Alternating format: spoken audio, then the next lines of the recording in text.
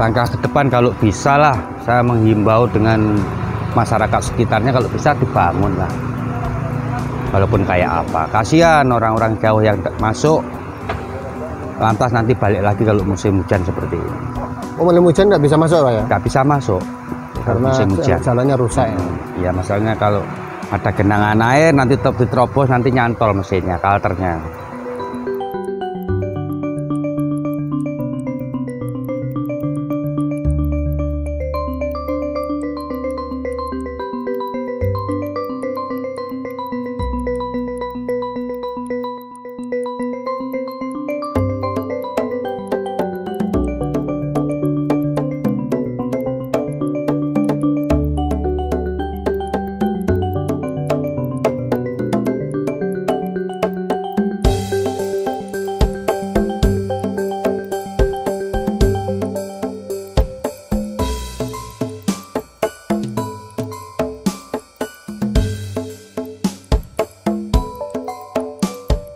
Pemirsa Banyuwangi 1 TV, nah kali ini tim Lere-Lere mencoba ini di Desa Kalipait, Kecamatan Tegal Grimo.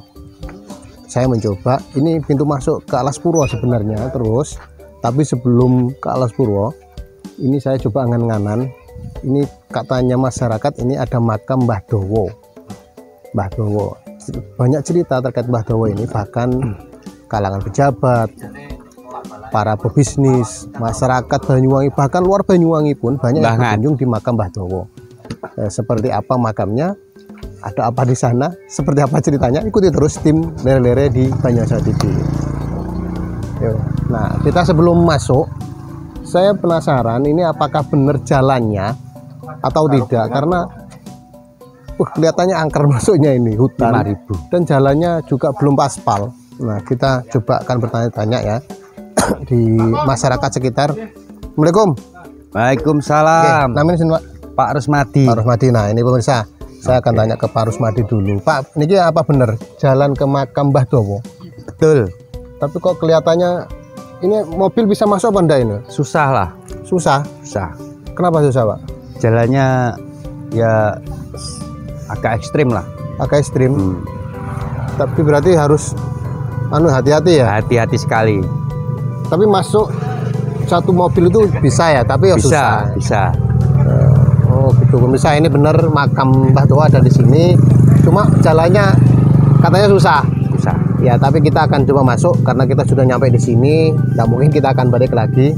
Nah, harapan kita nanti bagaimana caranya? Kita cek dulu jalan ini. Kalau memang susah, karena ini jalan ini banyak wisatawan masuk ke sini, para pejabat, ya Pak ya? Oke. Banyak para pejabat ke sini ya? Ya banyak sekali lah, dari Bali, dari orang-orang jauh lah pokoknya, dari luar pulau juga sering masuk. Masuk ya, untuk bisa ziarah di sini. Iya. Nah itu pemirsa, karena di sini banyak orang di luar, ya kita akan coba masuk. Memang sesusah apa sih jalannya? Mudah-mudahan nanti ini menjadi perhatian juga. Ini masuk kawasan apa ini? Alas Purwo. Alas Purwo ya? Iya, berarti masuk di tanah apa? Ya sebagian perhutani, sebagian Taman Nasional. Oh sebagian yang sebelah sini Taman ya, Nasional. Taman Nasional. Yang sebelah perhutani ya. Ya. Nah itu mungkin pemirsa Banyu TV yang ingin masuk ke Mbah Dowo bisa melewati jalur ini. Memang jalannya ekstrim. Ya kita belum tahu se ekstrim apa. Kita akan ikuti terus tim Lere-Lere Banyuwangi TV di makam Mbah Dowo.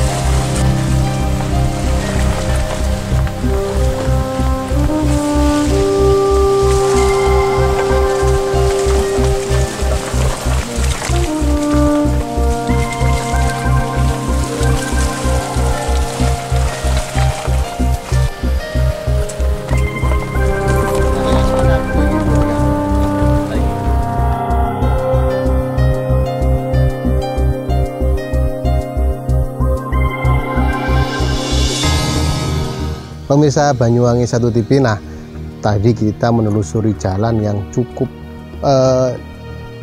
kurang lebih 2 kilo. Namun jalan 2 kilo ini lumayan juga kita masuk karena jalannya sangat berlubang, juga rusak. Nah ini perlu perhatian juga sepertinya untuk pemerintah Banyuwangi, karena bagaimanapun ini adalah kawasan yang sering dikunjungi oleh wisatawan, terutama adalah para pejabat yang ingin berdoa. Ini pasti akan banyak berkunjung di sini, yaitu di makamnya Petilasan, di Petilasan Hyang Suryo Bojonegoro, atau yang biasa dikenal oleh masyarakat ini adalah makam Mbah Dowo. Nah disinilah, ini ada pertigaan, ini nganan. Nah, coba kita terus telusuri makam Mbah Dowo, seperti apa ceritanya makam Mbah Dowo ini. Ikuti terus tim Lere-Lere Banyuwangi 1 TV.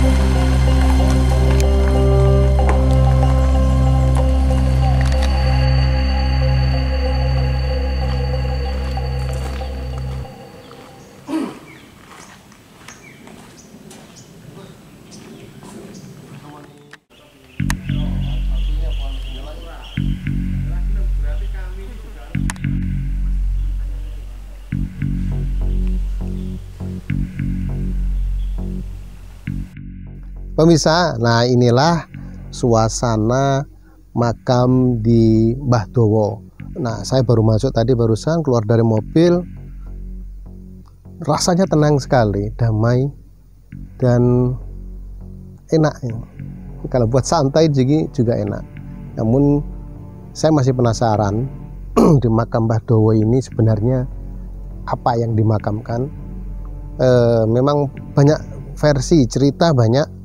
Ada di sini, ini ada tombak yang dimakamkan, dan juga ada lagi versi lain, memang tombak ini ada 3 yang dimakamkan di tanah Jawa. Ini salah satunya, selain di Jawa Barat, ini salah satunya di daerah Banyuwangi, di kawasan perhutani ini, di area Alas Purwo ini dimakamkan di sini tombaknya yang dinamakan Mbah Dowo. Banyak para pejabat, masyarakat Banyuwangi, di luar Banyuwangi, bahkan masyarakat jauh datang ke sini untuk berdoa, meminta berkah di makam Mbah Dowo ini. Coba kita akan telusuri, kita akan bincang-bincang. Sebelum saya masuk, saya mau izin dulu di juru kunci makam Mbah Dowo. Kita akan coba menggali siapa sih Mbah Dowo ini, Petilasan ini, apa benar memang tombak tadi yang dimakamkan. Ikuti terus tim Lere-Lere di Banyuwangi 1 TV.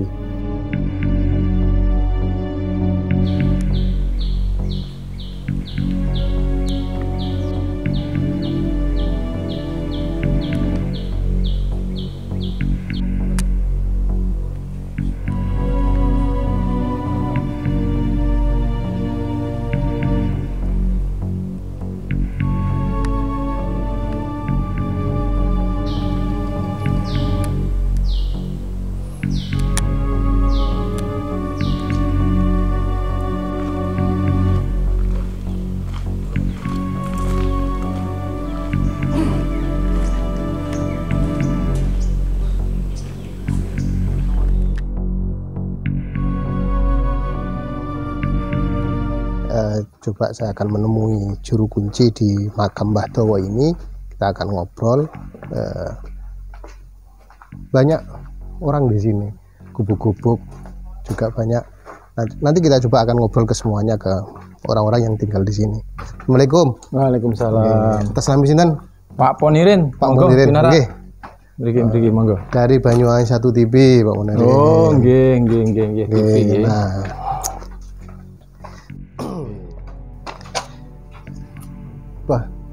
suasananya tenang mriki. Nggih, tenang. Damai.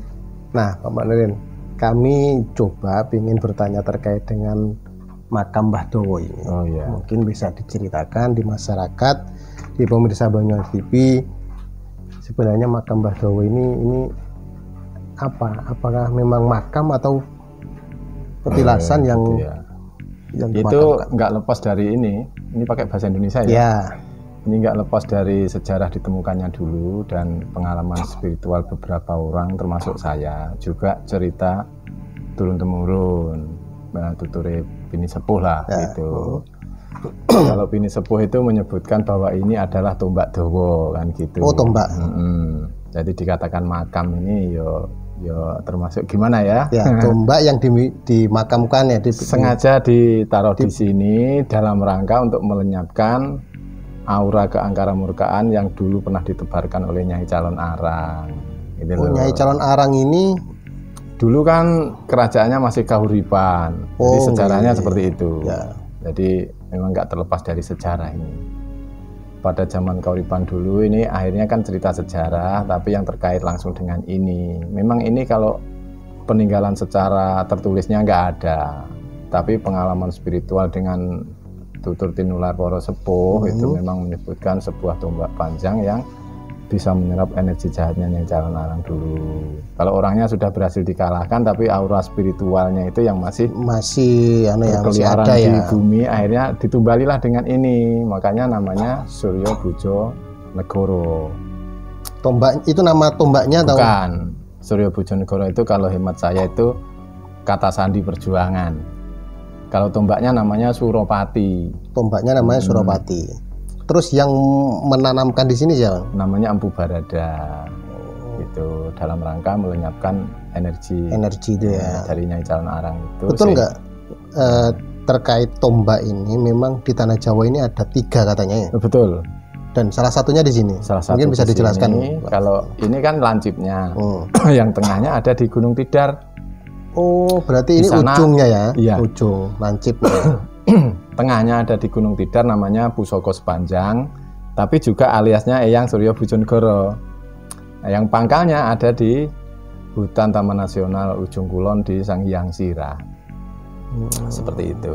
Memang sengaja seperti itu. Semua pelakunya sama Empu Barada. Cuma dipisah-pisah ya Iya. untuk bisa menyerap energi Di seluruh tanah Jawa. di seluruh tanah Seperti Jawa. itu, seperti itu.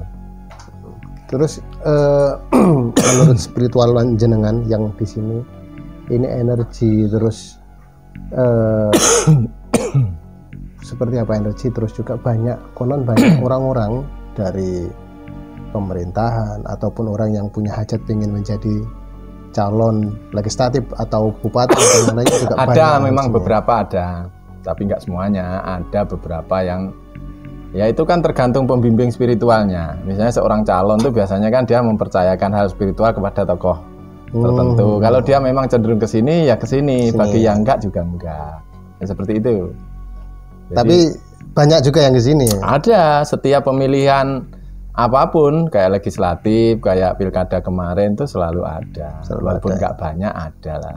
Tidak hanya Banyuwangi tapi orang luar Tidak hanya Banyuwangi, dia seluruh minimal Jawa. Ada kadang dari Situbondo, kemarin juga ada dari Situbondo.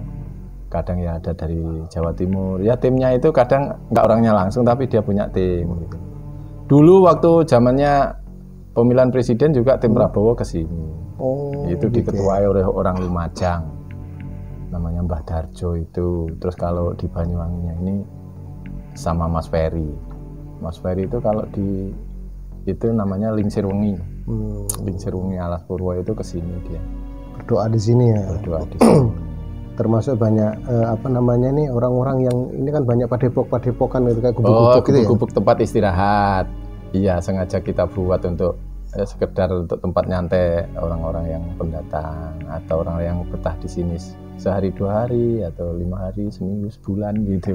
Ada ya. Ada. Nah, seperti Mas ini contohnya itu dari Cilacap itu 3 hari sekarang. Terus tempo hari ada juga dari Demak itu sampai 3 bulan. Saya sendiri juga Asli. Orang dari Ngawi sudah 7 tahun malahan di sini. Sudah nempat di sini 7 tahun. Dari Ngawi aslinya. Iya, saking lama saya di sini sudah banyak kenal sama orang kampung, termasuk oleh juru kunci ini saya nggak ditugas langsung sih, tapi ya bersiap membantu bila beliaunya ini ada halangan atau lagi kerepotan. Kan sudah tua juga tenaganya kurang, jadi kita yang merawat gini orang-orang seperti saya ini untuk kebersihannya, untuk ketertibannya di sini kita. Selama di sini jenengan apa nilai spiritual yang mungkin jenengan ketahui di sini? Ya kalau spiritual saya di sini ya salah satu yang sudah tertuang di cerita itu tadi. Jadi saya melengkapi cerita dari turun-temurun itu. Kalau turun-temurun kan hanya menyebutkan tombak panjang yang taruh di sini. Tapi oleh siapa, kapan itu kita yang mendapatkan, termasuk saya ini dan tokoh-tokoh lain. Seperti ceritanya berkait dengan Nyai Calon Arang itu dulunya nggak menyebutkan. Menyebut ya? Enggak. Tapi karena hasil dari spiritual itu tadi, akhirnya muncul. Oh ternyata ini dulu pelakunya Mpu Barada. Kalau saya malah lebih komplit. Lebih komplitnya gini. Dulu Mpu Barada itu semedinya sebelum ini tombaknya tertangkap di sini itu semedinya di mana, terus serpihannya apa, itu kalau saya lebih komplit. Terus termasuk kenapa kok ditaruh di sini? Di sini itu juga ada alasannya gitu. Apa kira-kira? Kalau ini memang barangnya itu memilih sendiri tempatnya. Jadi Mpu Barada hanya bersemedi di atas batu, itunya diadep di depan dia. Setelah itu dia melompat sendiri turun ke sini. Oh, berarti 3 itu semua. Kalau yang di sini itu yang spesifik ceritanya. Kalau yang di sana saya kurang tahu ininya. Yang di sini memang mana. Lari sendiri sini ya. Di sini. Jadi ini beliau ini semedinya di sana loh. Di sebelah timur selatannya atau tenggaranya Makom Joko Lelono. Mpu Baradanya. Semedinya untuk menaruh yang akhirnya di sini ini. Dan akhirnya setelah cukup semedian, barang itu melompat sendiri di sini sebagai tombak panjang. Sebetulnya nggak begitu panjang segitu, enggak. Yang panjang itu bendaran cahayanya, Mas. Apa itu bendaran cahaya? Mungkin bisa dijelaskan. Ya kayak bintang pindah itu loh, Mas. Serot kayak daru. Nah, itu kan bawa ekor panjang. Ya, sepanjang inilah waktu dia nempel di tanah. Ya. Sebelum nempel itu ya, Mas. Akhirnya diberi tanda, itu pohon jarak itu.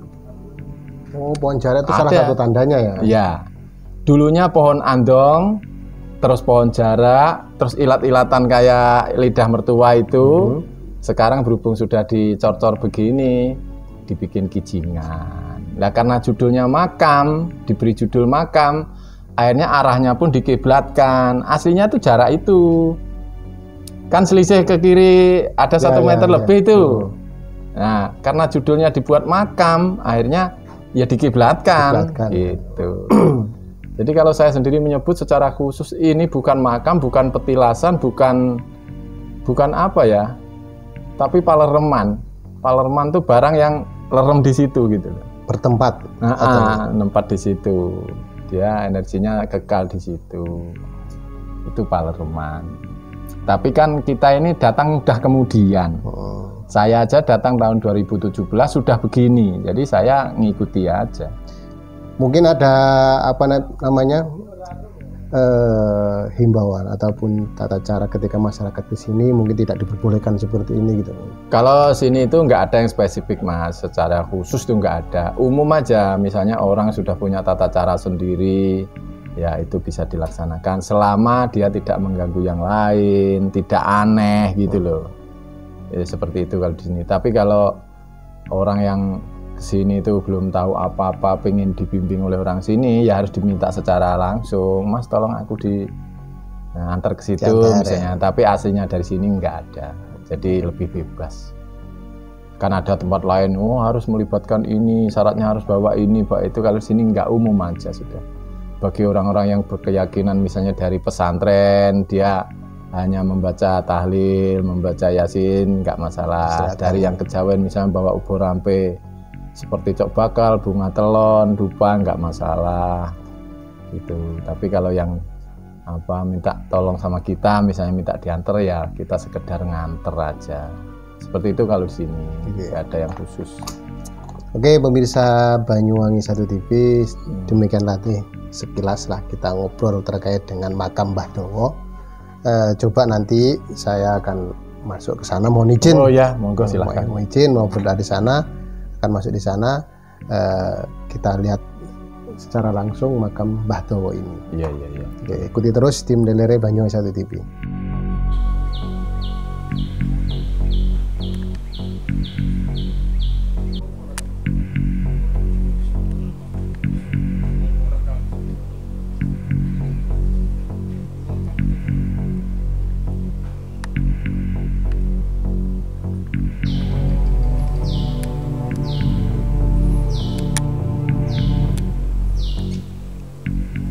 Nah, pemirsa Banyuwangi TV, saat ini saya dengan salah satu penguasa ini di dusun ini.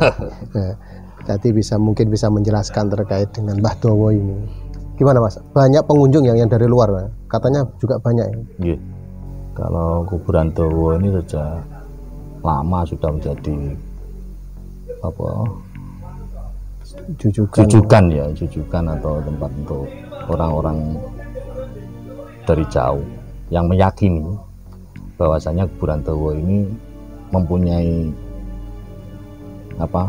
chemistry tersendiri lah. Jadi kayak pejabat-pejabat yang dari pusat sampai provinsi dan sebagainya, ataupun misalnya ngomong dari luar Pulau Jawa, Bali. Jadi di sini itu kumpulannya orang-orang pencinta spiritual. Ya. Orang pencinta spiritual yang notabene-nya mencari keberkahan mungkin di kuburan Dawa. Tapi tercatat ya, maksudnya tercatat di desa itu yang masuk seperti itu. Kalau di sini ada juru kuncinya. Biasanya saya 1 bulan sekali mengunjungi untuk lihat daftar buku tamu yang disediakan oleh juru kunci yang ada di sini. Ada ya petinggi-petinggi, kalau itu gak perlu kita sebutkan lah ya, artinya mungkin kalau dilihat di buku tamu akan muncul di situ. Tapi untuk keamanan masyarakat yang berkunjung sini aman? Alhamdulillah, kalau di wilayah kawasan Alas Purwo dan Desa Kalipait kita jamin aman.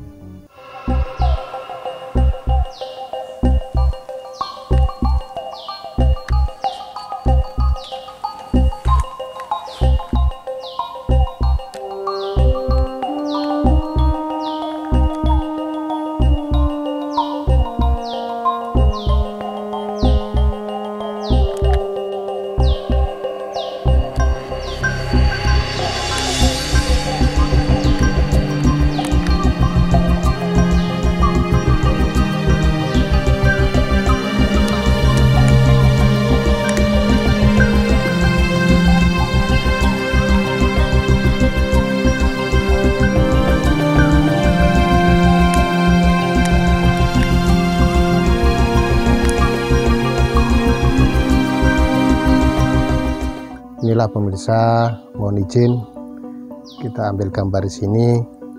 Ini pemirsa Banyuwangi 1 TV. Ini kondisi makam Mbah Dawa seperti yang dijelaskan tadi oleh juru kunci.